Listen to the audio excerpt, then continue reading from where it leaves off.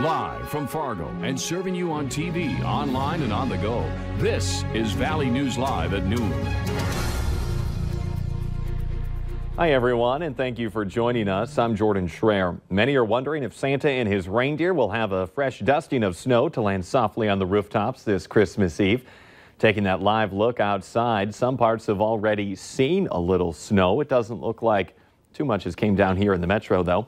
But to see what we can expect, let's check in with Robert Hahn. Yeah, certainly plenty cold enough for some snow out there with temperatures single digits, teens and 20s. Not much warmer as we head through this afternoon, maybe 2 or 3 more degrees. Right now, 20 here in Fargo, 23 Gwinnett, 24 Sisseton. The cold spot, though, 7 up in Roseau. Winds have been generally light out of the south and southeast, around 5 to 15 miles per hour. That's how they're going to stay as we head through the rest of the day today. Wind chills as cold as 1 in, that was like 6 in Valley City, 3 in Grand Forks. A lot of cloud cover, and we're going to see more clouds than sun as we head through the next several days. Underneath those clouds, we are seeing some flurries and some snow showers. Where you see those darker blues entering our western counties, that's where you could see some quick bursts of some moderate, maybe even briefly heavy snow. And where we see those set up for longer periods of time, could see ½ an inch to an inch, maybe up to 2 inches of snow in a few isolated locations. Christmas Day, mainly dry, but beyond that, a good chance for some snow. Some of that may be locally heavy Wednesday through Friday. We'll have more on that coming up in just a few minutes. All right. Thank you, Robert. 3 people are hurt after a crash at an intersection in the Northern Valley. It happened yesterday afternoon just west of Bagley, Minnesota. The State Patrol says the roads were snowy and icy at the time. Troopers say 19-year-old Caitlin Martine of Bagley failed to yield at the intersection of Highways 2 and 7 and was hit by an oncoming car.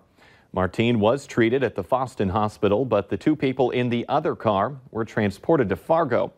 The conditions of Merlin and Candace Loken, both 65 and from Arvilla, North Dakota, are not being released.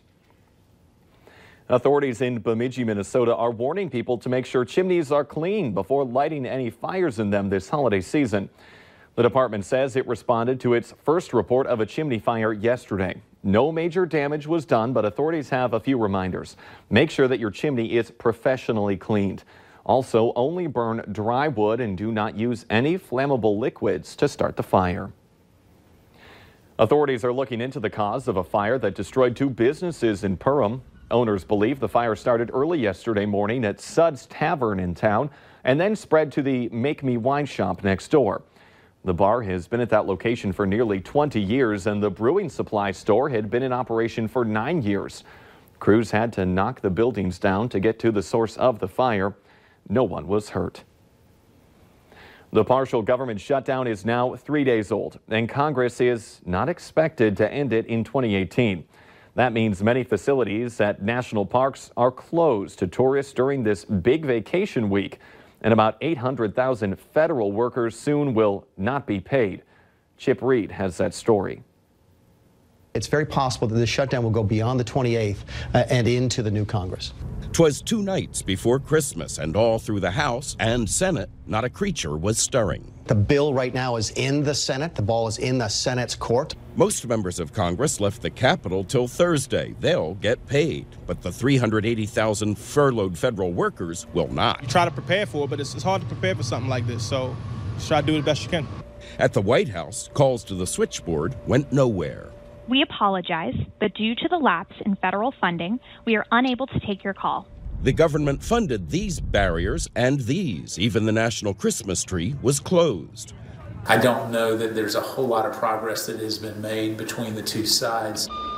The roadblock, that other barrier, the wall on the Mexican border. The president's not going to not accept money for a border wall. But the president may be back on the fence. His acting chief of staff said the president would agree to less than a concrete wall. And instead, President Trump tweeted a photo of a barricade made of steel slats. President Trump, if you want to open the government, you must abandon the wall. Democrats offered the president only $1.3 billion for border security, less than their last offer of $1.6 billion. There is frankly no path towards his getting $5 billion in American taxpayer money to meet his campaign promise of a big, beautiful wall.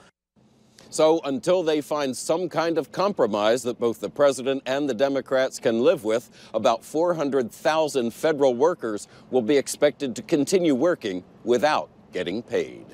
Chip Reed, CBS News, the White House. Some officials say they have hopes that the shutdown will be lifted before the new year.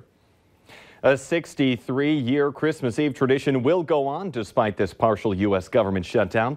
Santa will be tracked tonight as he makes his way around the world.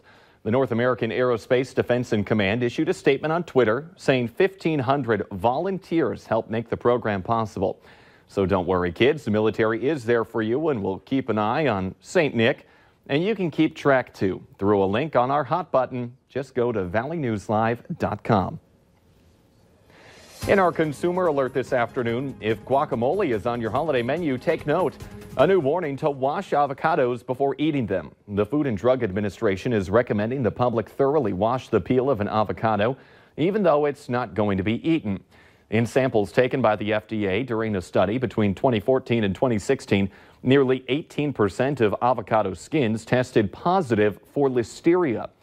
The agency says washing the avocado skin thoroughly is a way to prevent bacteria and contaminants from getting on your knife and then transferring it into the avocado as you cut into it.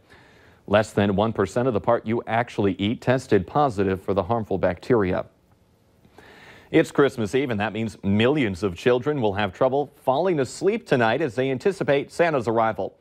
But many adults say they have problems getting a good night's sleep most nights.